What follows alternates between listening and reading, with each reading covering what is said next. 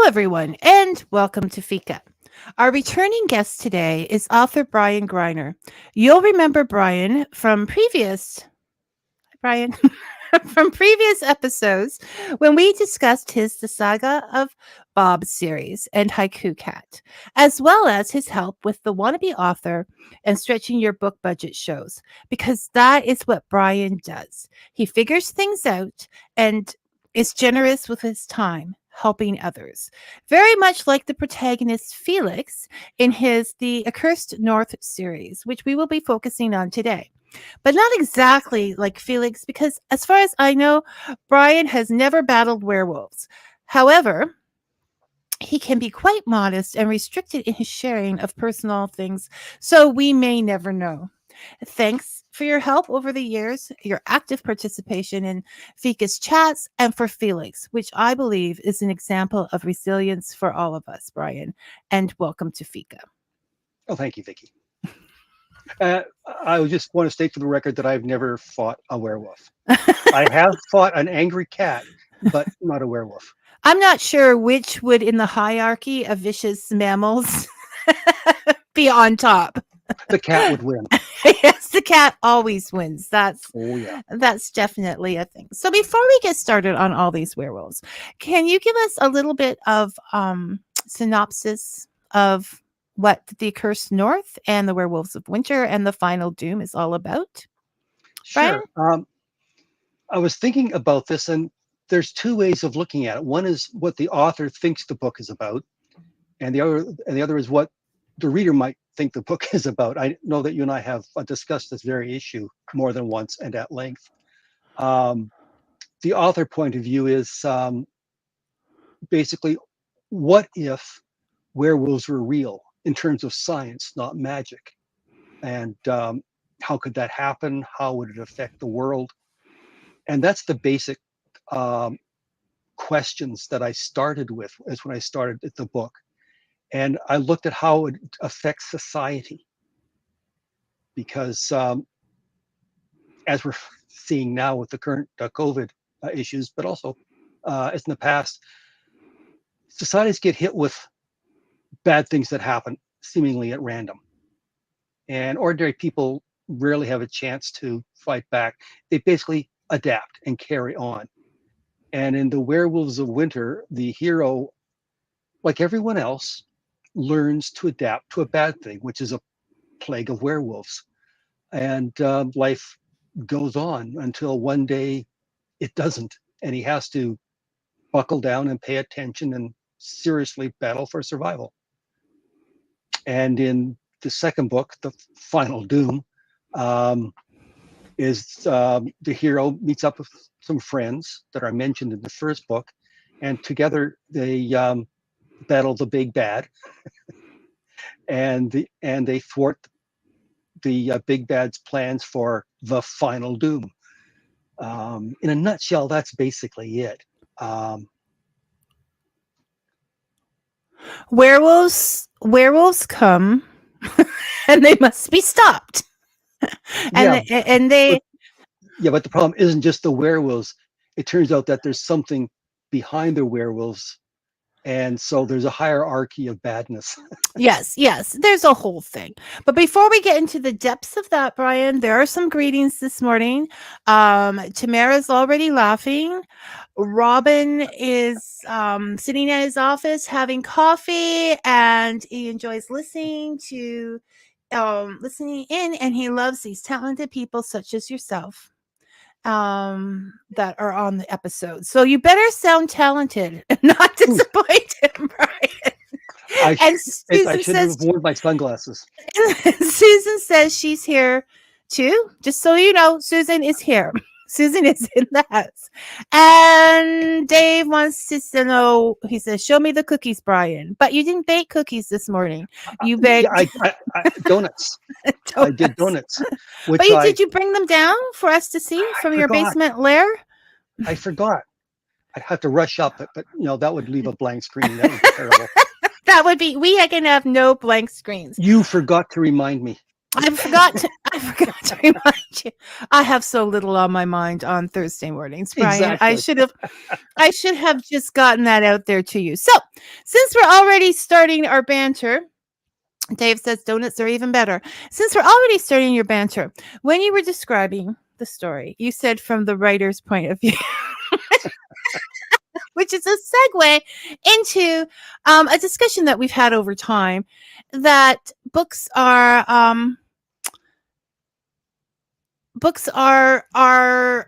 taken in several different ways. Once the writer puts them out into society, they can't control how the readers are going to take them, right? And you have in the past said, I've thought about Vicky, and you're right. Yep, so that's true. so on another way of looking at these things is that you see it as the battle against the vampires and the big bad, and and the dangers that are out this. Now I see it as the story of Felix, our protagonist, because the whole first book is in first person narrative, and we hear how he is not only battling the werewolves but battling being on his own for at least 2 years, with the vampire attacks becoming more Werewolf prevalent. attacks, you mean? Werewolf attacks, sorry. I apologize to all werewolves and vampires out there. The vampires would be a whole other book. That's a whole other book. So But that's a good idea. werewolves and the vampire. Let's switch to a comment from Robin. A question, I believe. We'll get it's just side take track the conversation. What is your opinion of where the legends of werewolves originated, and what sparked your interest in incorporating werewolves in your writing? Why werewolves, Brian? Yeah, okay. My opinion of the legends is I have no opinion. They were just something that I grew up with from the movies. Beyond that, I have no in-depth knowledge of them other than they're everywhere. They're everywhere. Every culture has a werewolf legend or a vampire legend or um, something bad that lurks in the night. As to why I wrote a book about werewolves, well, this is back in 2015, 2016. And being an old man, my memory isn't as good as it was, but it seemed like a good idea at the time. It tickled my fancy. A plague of werewolves. It just seemed like such a nifty thing. I think it's important when we talk about you, Brian, and we talk about you a lot sometimes when you're in the room. I think it's important to say that you grew up during the big B movies, and Yeah. the pocket novels. The everything wasn't like big and perfect. So you have that whole creature feature kind of thing was your era, right? Yes. Yeah.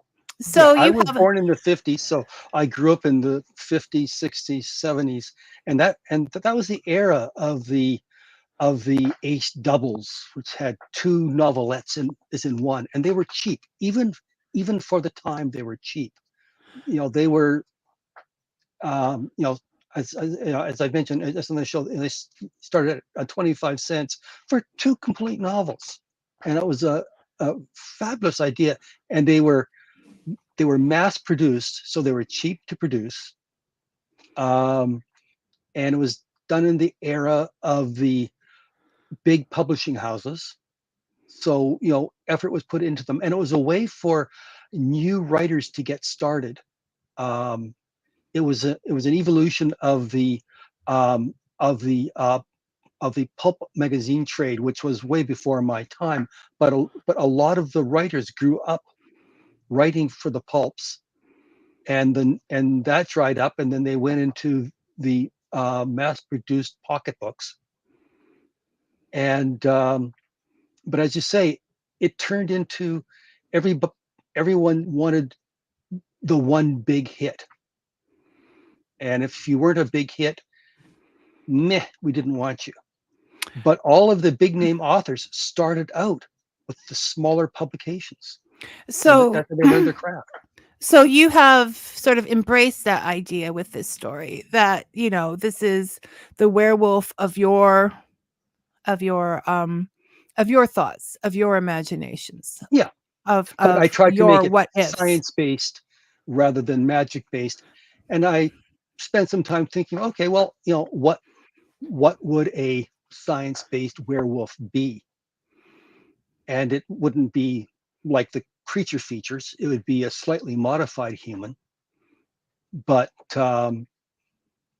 as I pointed out in the book, it was a nickname that was applied by the media because it was a catchy phrase. Yeah. So because yeah, the media always goes for the catchy phrase, and Yeah, I shouldn't say that. Okay. Quite often the media will go for the catchy phrase, and they have found that fear promotes sales. So why not throw that in too, right? yeah, yeah. Also, Well, there's also this is the age of the meme, yeah, and memes no, are short make it little short snippets. and Yep. to the something that you might learn with some of your other novels, right? No, I love Bob. And also Robin, because I knew we were doing this show, we should be having a gentleman who wrote The Magic of Wolves and is more into the wolfish folklore. Actually, I hope to have a couple of different people later on in the next month or so. So stay tuned for that. Susan asks, I am quite sure yet. She has author Susan Marcus on there. Good girl. Good woman. All right. We already had a discussion today from right. Okay. Werewolves are also symptomatic of the fear that the animalistic part of human psychic will take over all species. It is the wolves that, I mean, wolves get a lot of bad press. So that wasn't a question. That was an intelligent statement. And I think we could use one on the show today. That's okay. uh, oh, the cat's watching Yeah. Schwartz, and Hello, he Schwartz. knows your voice, so he's okay. So that is how. So you thought of this thing, and it's on the back of the book, so we can say that it's a plague because that Hmm. starts the werewolves. That doesn't It's a alter. change That's plague. not a spoiler. Yeah, the changed plague. It's not. I don't think that a spoiler mix. No, it is And on the back of the book. Yeah. yeah, and you sort of described so and I want to say once again that the book was written in 2016, although some of us are trying to get him to bring it out again because they really enjoyed that. That someone is me. Warning, the first book does have a cliffhanger, so if you say I'm going to finish this and then go do the dishes or whatever, just don't worry about the dishes because you will be buying the next book within 2 seconds. All very very it is an indie book. Brian does it all himself from cover to formatting to whatever. So you're only looking at $3.99 for the book, For which the ebook. for the ebook, yes. Yeah. So that's which is why I read ebooks because they're only $3.99 or $4.99. And so for less than $10, you have like 10 hours of enjoyment there ahead of you. More if someone can talk him into writing a third, which that would be me. So we were just so Felix. Okay, I'm gonna go to Felix now because I absolutely love Felix. And I did sort of call him a grumpy old man. And Brian was like, yes, but he's like, and it wasn't anything negative because I will defend Felix to my end. Okay, he's an older gentleman, he's retired, he's had to deal with the corporate life in the capitalistic world. He finally gets his place out in the country where he can grow his garden and live his life. And these werewolves, why do I keep these werewolves show up to stop it all from happening? He goes on, even though he's not quite happy with the world, as far as I'm concerned, he's the one that will possibly save it. We get that idea at the beginning of the novel. Now, Brian, as you are a man of mature years as well as many of us are around here, and I'm not saying you're grumpy or not. I'm not making that judgment call live. We can talk about that later. But what strength did you give Felix that you feel come from um experience, Sure. age? You get to a certain age, especially if you're male, is you learn what your limits are. um, and you know when not to push them. But more importantly, you know when you can, and the price you'll pay is for doing so. When you get older, you are better at looking at the larger picture.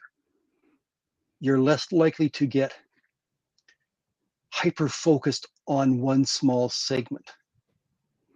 Um, and so I think that that's basically the real strength that his age has given him. Um, he's less liable to fall for a honey coated lie. I mean, people might accuse him of being cynical, but it's it's it's hard when experiencing. Don't look a gift horse in the mouth. Think about things a little more deeply. And don't make a rush to judgment. Well, this is what I found about him. I think that and you can sort of feel it coming upon you that you don't rush into things. There is a patience of, I'm going to stop and have my coffee and think about this first. There may be a whole bunch of werewolves outside my door, but they're just going to have to wait till I Yeah. get this done. And I found, also with the books, I found that they they followed his line of thought. So as he was building things or designing things to keep himself safe, it would go through everything he had in his toolbox, everything he had saved to recycle. Like, it wasn't just coming out of nowhere. There Hmm. were boundaries to his engineering feats. Oh And yeah. I started to feel that it made me, that pace that we will get to it when we get to it, made me so calm in the middle of this very dangerous book. Like, I'm just sitting there, and that's right. You do those few dirty dishes up, Felix, because they will pile up. I have a pile on my sink just reading this book. All right. so it is very calm, and he takes his time to do his mindfulness exercises because he has been on his own Mhm. and he's learned all this, and I think he is a hero that we need today. I think that he, you know, I don't know if he's a hero, but I see him as a decent sort who is trying to do the best he can, and aware that sometimes there are still things left for him to learn. And he um does learn and grow in the two books. I feel like you're now, well, no, heroes have to grow. There has to be a growth arc. And you can see that happening, but I feel you're being too humble on Felix's behalf. Now, as a reader Possibly. who is who is who is deciding what she thinks of it, I think he is a hero. I mean, when we look at the hero's journey, it's you start off with the problem, you figure out how to deal with it, then all of a sudden, kaboom. And then there are other people giving you information and whatever. And then you have that last kaboom. And then, Mm. you go on to book 3 if you're smart. So, so I think he is like many of the characters that I'm seeing now in books. He's not your average kind of hero. He Yeah. used brain smarts, which are still, but he still deals with those. He's just real. He's a real hero. I No, like mean, I don't think that the werewolf part and that's particularly a hero, but he would be a hero, like regardless of whether it was werewolves or warthogs or whatever the problem is, corporate vampires. managers. He would manage it in the same.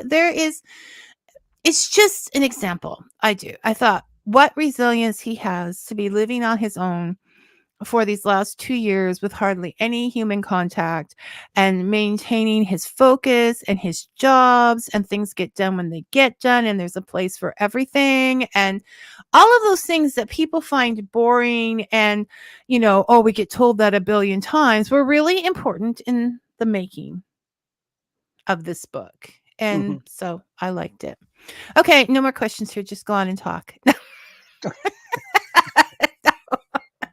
Okay, shall we get into it, people?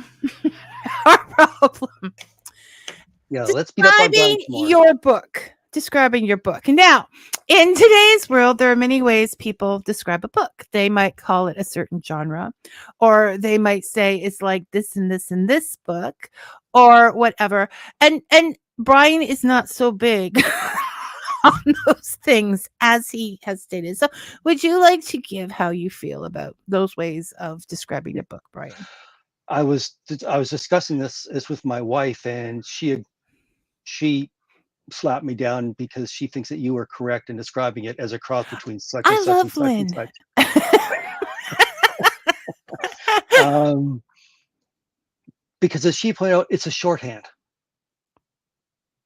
So to me, my books are not, um, say, Red Green meets X Files. I mean, that would be one way of looking at it's that the Werewolves books, um, because Felix wasn't perfect. Stuff he made didn't always work, but it was good enough. And I do want to hasten to point out, although what he builds is reasonable, it's not necessarily accurate enough to be safe for someone to duplicate this stuff. Oh, yeah, that should be a disclaimer. Don't try this Yeah, at home, kids. yeah. Okay. And if you do, you deserve all the injuries and death that you get. Um, it just had to sound real. That's another And thing I wanted. and of course, he's taking shortcuts because he's basically in the middle of a war. It isn't like it's a calm peacetime experience. Um, but you mentioned at one point his, as the stuff that he makes. Um, he has the workshop of my dreams, and I go into some detail of all the equipment that he has, and it's everything that I want that my wife won't let me buy because she won't let me Because bankrupt her she's buying tools. and she probably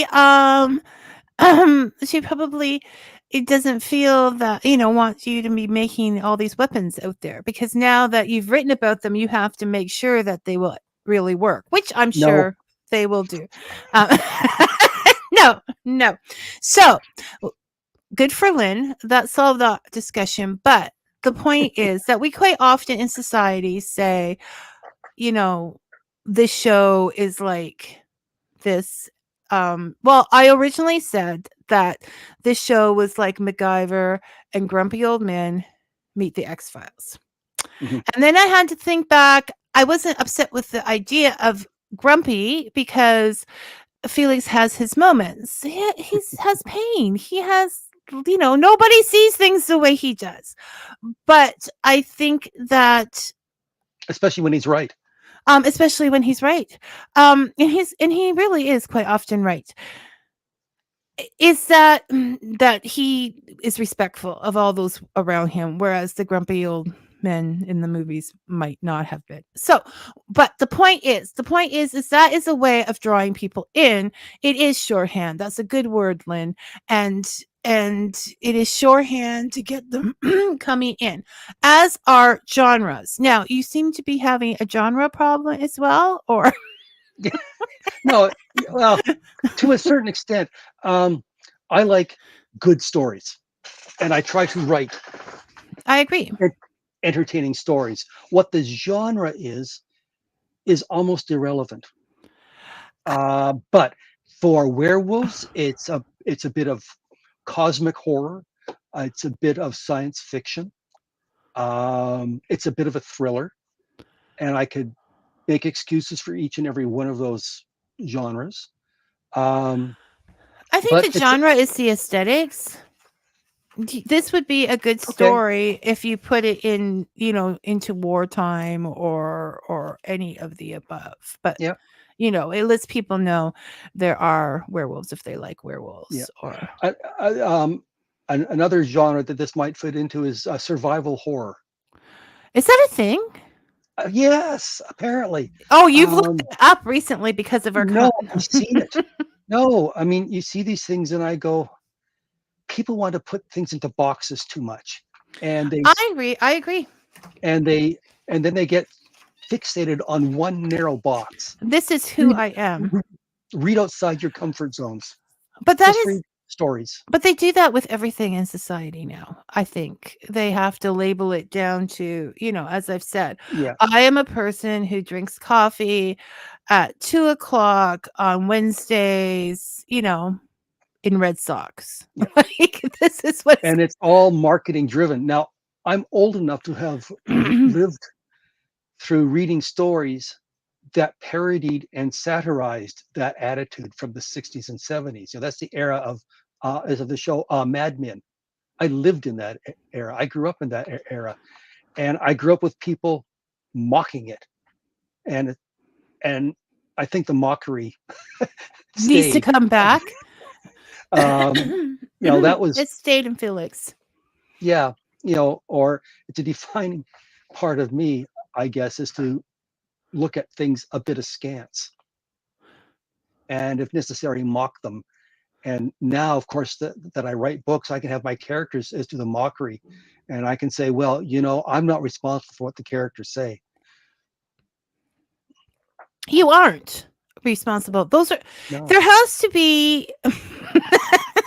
Okay, while we're on what the characters say, here's just a little disclaimer. As we pointed out, that Felix is an older gentleman who's seen a lot and is quite frustrated with the fact that other people aren't seeing it. So there may be comments towards certain political movements, certain countries, certain cities. Toronto, watch out.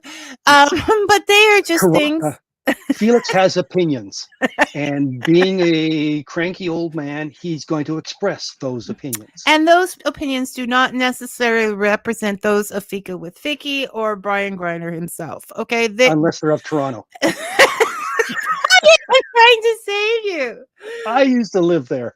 Um, See, I'm sorry. I'm listening. Listen to this, Brian. You never listened to me, so maybe you'll listen to Robin. Listening to Brian, I think he should do some writing for Hollywood and show them how to write a true hero's journey. Thank you, Robin. Thank you, Robin. Okay. I will remind him of this But I don't think often. Hollywood is ready for me. I wasn't ready for you this morning, but here we are. I normally don't see you until, an hour or two from now. Okay, so a little more time, a little more coffee. Brian, where were we? Okay, so we apologize. We didn't apologize. We simply stated that Felix is a character, and the characters have opinions, and Mhm. Felix has opinions, but he is always respectful. He's respectful of the young. So let's set this up when we talk about a thriller. I just want to point out that there are other characters who have strong opinions that contradict Felix. Let's not forget that is Yeah, that yeah, he isn't alone making things. So people talk back to him, yes. and So Brian he is responsible for those respects them. characters too. So he Yeah, can't totally agree. So he can't be Felix if he's also Lee and Dixon and the other characters. Can you, Brian? You can't be all of those people. we are large. We contain multitudes. When we're a writer, but Yeah. not when we're talking to our wife. Okay. Um so it is a thriller because once again, what I thought was cool was that the first book, except for the werewolves and some far off views of people, it is first person narrative, and there are no other characters besides Felix. And yet I loved it and what was going on in his head. That I consider to be thriller type stuff, Brian, which is why we came into the thriller type stuff. And then he in the next book we meet his friends from his, groups that he knew in life, and then went into internet groups which he haven't had to talk, and they all work together, this ragtag team of nerds with their inhalers, work together to save the world. So I mean, and I don't think whether it's saved or not, that you will find out, and you will decide whether it's for the best or not. Yeah. But Well, I just want to point out that the horror is like all horror. There's a price to be paid, and the people take on. It's the good guys, male and female. I'm using the word guys in its generic sense. Everyone pays a price, but they're willing to pay it. And so, okay, if you want to call that a heroic, fine, I will accept that. But they do what needs to be done. I'm just saying that I can I see don't your point really of care view. if you accept it or not, Brian. I'm calling it heroic, but you carry on. Yeah, but there's a price to be paid, and it's not always necessarily a happy ending. It's a happy-ish ending. Yeah, it wouldn't be realistic if it was. Yeah, I mean, and we sort of puff at that if we're reading, but there was no sacrifices made without purpose, and I think that's what's important in writing. Because you keep everything in its boundaries and explain it, and some might find. Like I said, it made me very calm. It made me understand what we were going to do, but maybe it's because I get too much into books. Like I'm there with you. So Felix wasn't completely alone, but it made me feel like we knew what we were doing. I knew what was coming next, and there was no surprises. Welcome back, Tamara. Where did you go?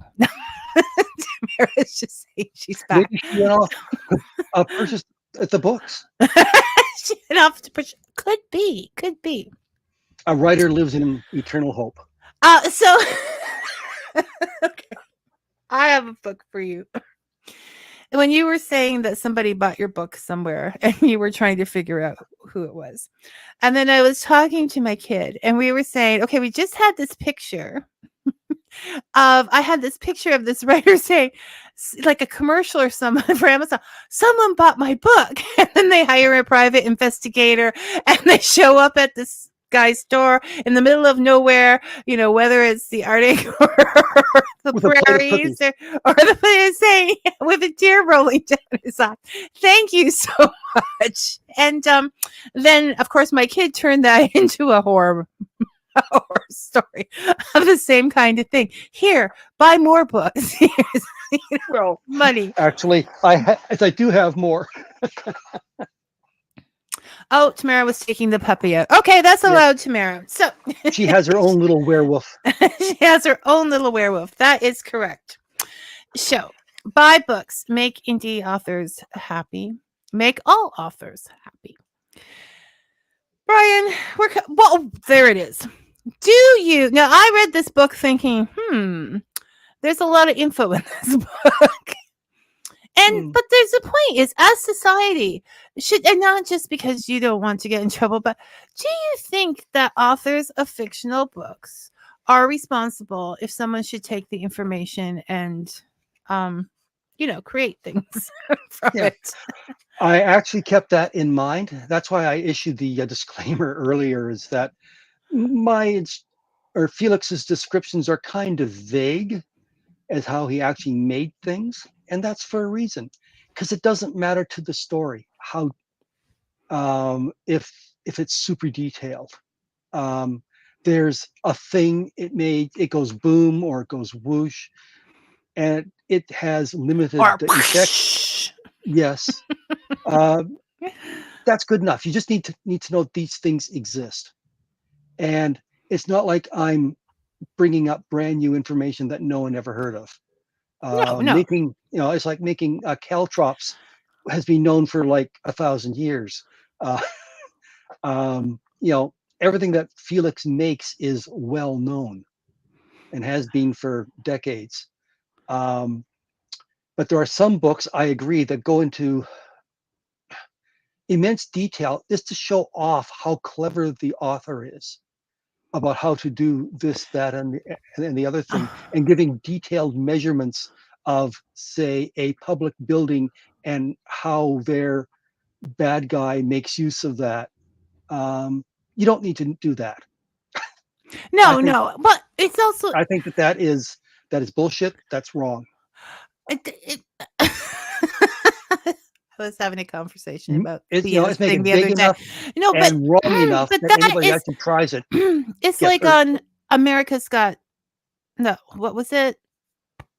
American Idol or whatever, where we'll just explain that.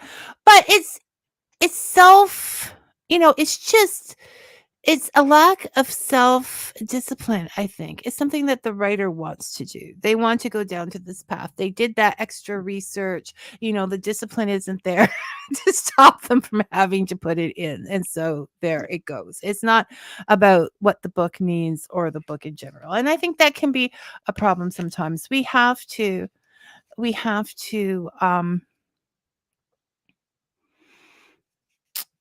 what I heard this week is, do you speak with a knife or do you speak like a balloon? A knife cuts through and makes things straight and concise, and a balloon is full of emotions and pumps all around. So you do want to write with a knife, I think, or a sword. Brian. Sword. Sword, Because because it's bigger? no, it's longer, so you can keep things at a distance. So you're not taking that punch when you got your words out of there? It's safer at a distance? My sacred words are sacred for a reason. They're children of my mind. All right, Brian. In earlier shows, because you have retired from the software game, as it were, in earlier shows, we have discussed, how you keep track of all your ideas for books and everything with different software. And, you quite often ask authors when you're in the question sheet, what software, if they use software or just a notepad or whatever. And so in this book, there's a lot of details as far as what he has to make stuff with and what tools he uses and what he has in packs and whatever. Did you need to use a software to keep track of all of those things? Or No, were you able to remember that? because it's my dream workshop, I have it entirely populated, and I know what's in it. As, but even from a general handyman, um, men, many men, and there's some women, as I will include this, love tools. Having the right tool is just a joy to use. And people that love good tools tend to collect them. Like people who love writing with fountain pens tend to collect far too many of them. Anybody we know? I mean, aside from me, because so it's easy, and someone in his position on a farm who likes to tinker is going to have a reasonably well stocked junk pile, if you will, or a stockpile of things, so that when the mood takes them, they've got the stuff on hand. There's nothing worse than wanting to do something and not having the part. So when you go out and buy something, you buy 2 or 3 times as much. And I allude to this like in the end of book 1, where he's going through the workshop and he sees all of his bins and containers where everything is carefully sorted. I can only dream of being that organized in my own shop. But yeah, it wasn't hard to keep track of what he had, because Because you love that whole thing so much. yeah, That but that don't forget that he also has limits. And I didn't have to take stock of what he had. I just knew that there are there always would be. limits. There's Right. never So enough to do everything you want. and limits, And as we know, is important in books with magic, because that keeps the book believable. I mean, you can't just suddenly throw in a special one to do a special yeah, job. That's not fair to the reader or good writing. And so what I discovered is there was also in limits in engineering. You couldn't just suddenly have like this big bulldozer or something. This was not part of his lifestyle. mhm, So that was done very well. And I it did did. note the software and that being used as he was plotting things out for Yeah, parts of this that book. some of the software that he alludes to is stuff that I've used in the past. Okay. Is to do things like data analysis and mapping. Um, that's all real stuff.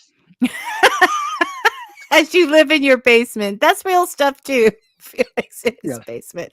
Okay. Robin loves your bench behind you there. He calls it your research bench. And I told you it makes a fabulous background. Okay. I want to bring this up because apparently Robin thinks we have a topic. Robin, if you know what it is, please let us know. Okay. Yeah. Brian says, sorry to go off top. Brian, sorry to go off topic. I have always picked at and built computers since the 80s. What kind of software development did you used to do? Oh, well, that's actually on topic because it's a old man who likes making things. um, I got started with microprocessors back with the first 4004 and the 8008, where you had to build your own. Um, and so it was all assembly language, sometimes assembly by hand. And I did assembly language for many years, and then got into higher level languages and never looked back because there's things you can do. As your projects get larger, you go into a higher level. It's like C, for example, and there you've got a choice of. It's just like writing. You can work with with low level tools, or you can work with higher level tools. Um, It all depends on what Lynn will let you buy. exactly. Or if I can sneak into the house and say, "Oh, that old thing, I've had that forever." Um, there's, it's a hint for all you young men out there. That's one trick you can use. Um, the other trick, which I've learned from my father, is when you go to pay something with cash, not so common anymore, is you say, "Oh, hon, I'm a little short. Can you loan me $20 or whatever?" And then you pay for it and you pocket the change. Brian! Are you?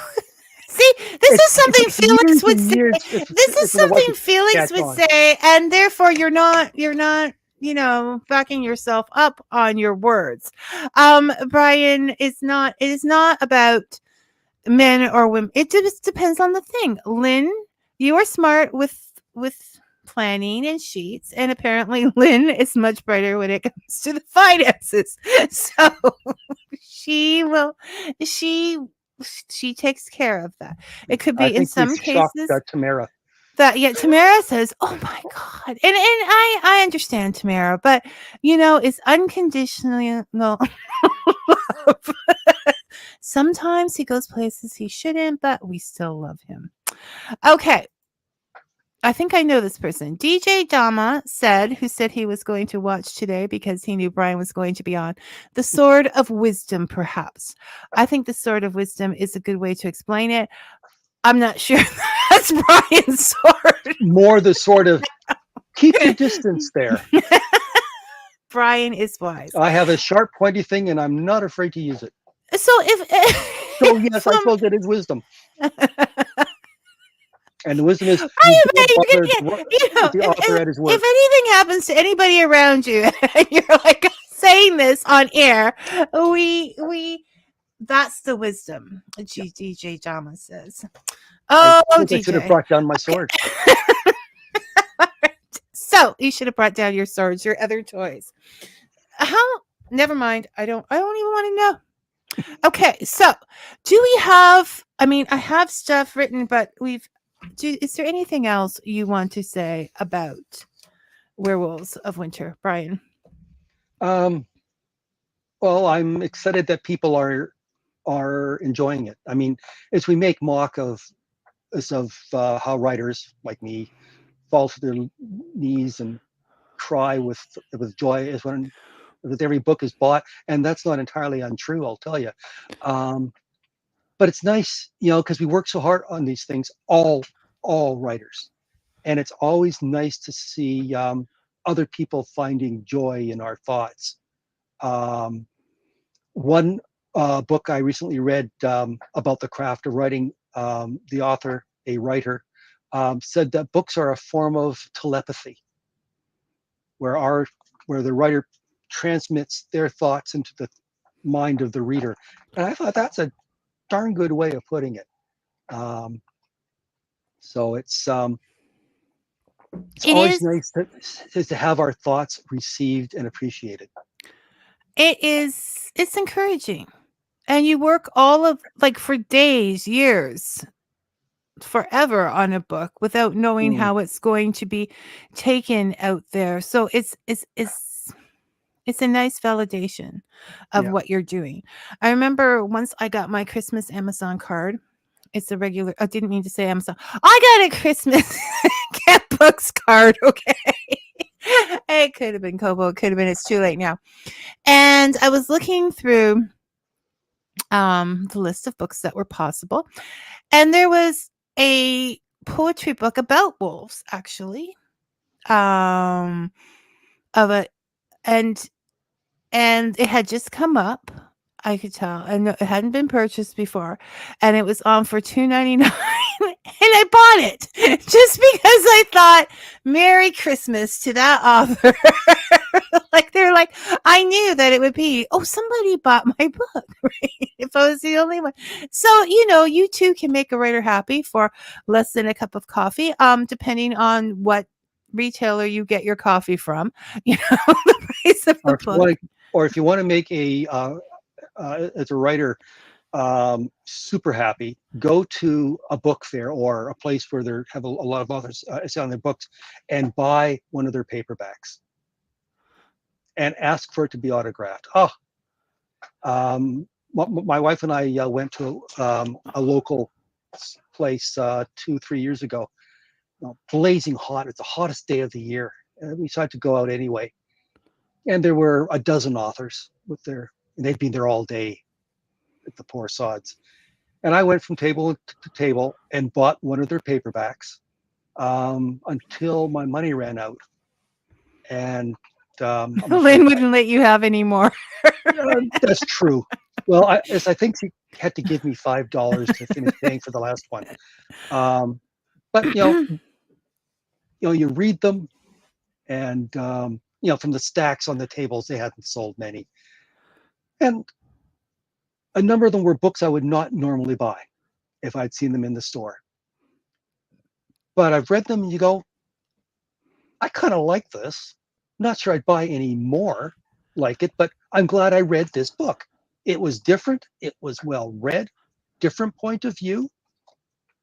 So yeah. Um, This is why I love let the doing. authors know that you like it. Yeah, they're out there. Go on their Facebook page, send them a message and just say, I like your book. And Brian, I'm really surprised because I always thought you were very frugal, and now I'm seeing this whole different side of you. You're just frugal with certain things. Yes. tools being not one of them. And books. Okay. This is a thing. What? Robin, are you in my head? I don't even know if Robin's a real person anymore. Okay. First of all, Robin says, I don't know Robin, by the way, but just through Fika. Well, you are too cool, Brian. You were right about the collecting of tools. Okay. So maybe not a perfect person, Robin, but pretty close. And then he said, where can I get may your coffee be hot and your stories be sweet? Fika with Vicky coffee mug for my desk. Robin, I am looking into that. I mean, I care, I'm sort of an environmental kind of person. So I'm thinking, does the world need more merch? But on the other hand, yeah, they kind of do need of mine. So I'm looking into that. I'm trying to find a place that has bigger mugs because we know a lot of those little ones that are used for merch are not going to cut it. So Yeah. I would like to have one that says, may your coffee be hot and your story sweet. I would like to have one that says you're my kind of reader, to stop the reading shame. There's different things there, but definitely thank you for that comment. It is encouraging me to look further into this. You definitely want to get the 15-ounce sizes. Yes. In fact, I feel. Oh, Tamara agrees they need a Fika mug. Now, I will. That brings us into the fact that February 14th is Love Your Library Day. Let's forget about all that romantic stuff and concentrate on what's important, people. And so Oh, when I was I was in my library the other day, they had a sign up that their mugs were on sale. And so I walked to the desk and I'm like, okay, I will just give you the money if they're not, but how big are these mugs? Because this is important. And they brought it out and they were very proud and said, see, you can have like stew in that or soup as well as your coffee. So I have loved my library by purchasing this mug. That doesn't just mean, public libraries. You can, if there's somebody in your neighborhood who has a little free library and they want to they take good care of it or whatever, and you just leave them a little love note saying thank you. um so your library in your house, buy Brian's book for it. You can also order that paperback online, but it will not be autographed. He can however send you a postcard with an autograph yes, on it if you ask. I have One done with a that. haiku. You should have haiku postcards Yeah. with Eddie. Well, with Eddie, well, that's a good segue to the Haiku Cat book. Yeah, so there is the haiku cat where once As Brian wrote it haikus. has And it has pictures of it's of my cat Eddie and a haiku to go along with every picture. I'm not quite sure if Eddie has written the haikus or He inspired them. He imparts his wisdom to me, sometimes at the top of his voice early in the morning.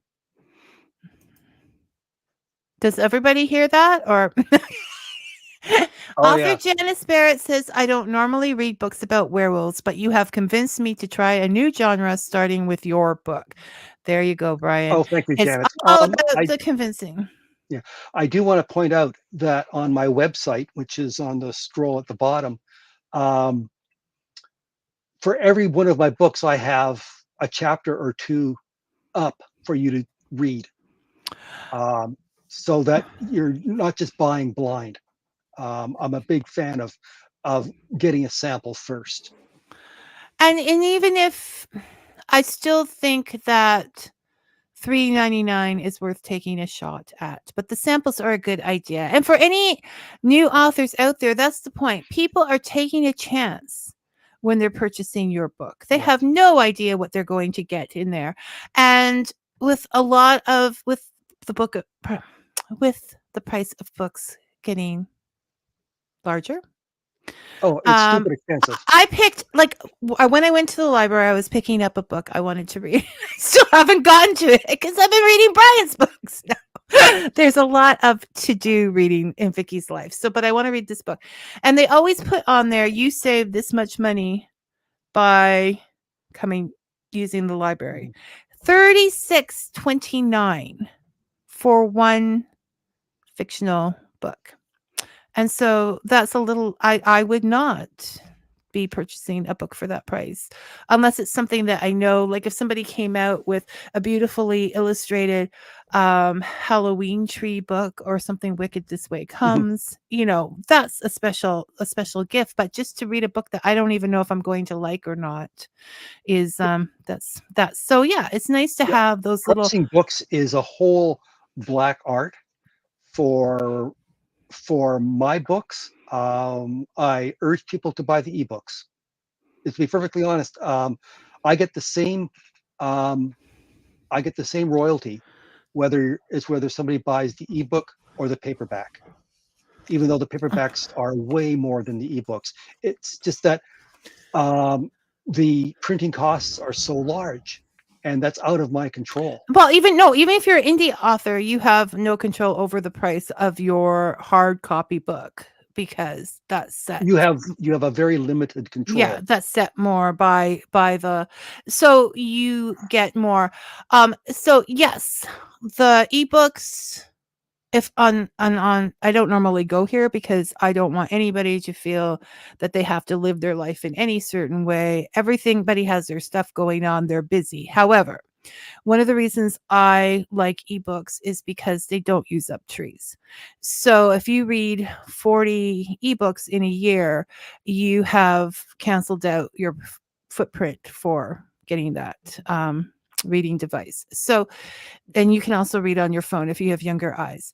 Yeah. Um, They also are lighter if your hands are tired, you're older, you have something that makes it difficult to hold on to things. So they're lighter, the words can be bigger. As I pointed out, I can no longer sit on um I can no longer read on the thing. So I will order real books from the library because the words are bigger than they are on my phone. And I need to get another device in order to get the library books, ebooks on Hmm. my phone, on a device. But yes, there's a lot of positives to reading. That being said, I just still have a lot of these around for various reasons because you can pick them up at sales and things like that. Hmm. Brian, darling, um, we are Tamara agrees that libraries are better than Valentine's Day. So Yep. spend your love on the library. And thank you for joining us, Rose. Brian, we Well, have I just want to point out that with libraries, you can also recommend that the libraries buy books, right. so that if you want my books, anybody's books, especially mine though, um, go just just tell your local library and see if they'll purchase it. It was Um, interesting. One of the authors that I like, that's down in the States that I wouldn't think had just said, "Oh, I'm so excited that Penetanguishene Library had taken on some of their books." And that was not a combination I ever saw coming. But not that I keep track of those things, but I was like, yeah, that's pretty cool that it traveled that far. yeah. So it yeah, yes. We were going to talk about chapbooks. Brian, we have 3 minutes Okay. left. Chapbooks are just little do-it-yourself books. You print them up like this, a few pages. I have You one because fold I them got up. one for Halloween. Yes, that's what this one is. Just a little bit bigger, and you print them up. I have a little blog post on my website on how to actually physically do it.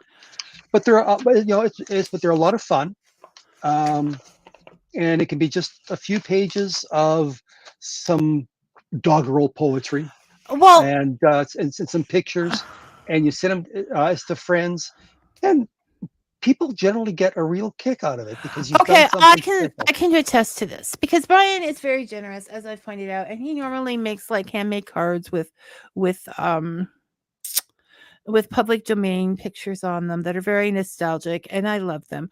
But I love them. I love getting them. But I must say that when on the day I really needed a boost and to get a whole book of Brian's poems was phenomenal.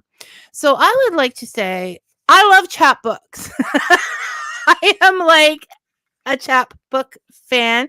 I think if you're somebody who does calligraphy, it would be great to put your own poems in there if Mhm. like with the calligraphy, or copy out some public domain ones, but they're in your hands, so it makes sense. If you're an illustrator of any kind, an artist of any kind, uh do this, and we will have more on this before because they will fit in an envelope, so no extra postage, no more than a card, right, Brian? Because Right. he is frugal about postage. So we should I'm do cheap. more Yep. about this because I love them. I love the whole idea. I mean, there's so much in history about them, and I just think they're a nifty thing. Okay, so Robin says, before you go, thank you, Vicky and Brian. Love the show. Brian's is awesome. But I have to live with him, Robin. Thank you, Robin. Robin. Have a great day. So there, Vicky. And there, Vicky. And Brian is awesome.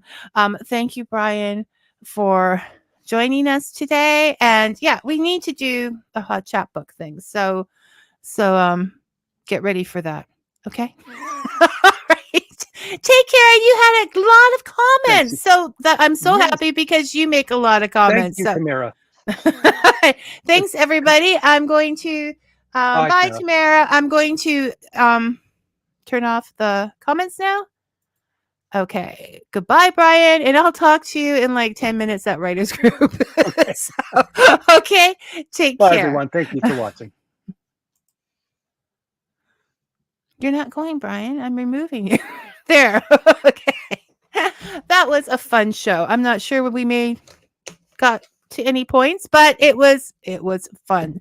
Thank you everybody for participating. And until we get the mug, and until I see you next week, may your coffee be hot and your story sweet. Thanks for listening, everyone. And we don't have our end music.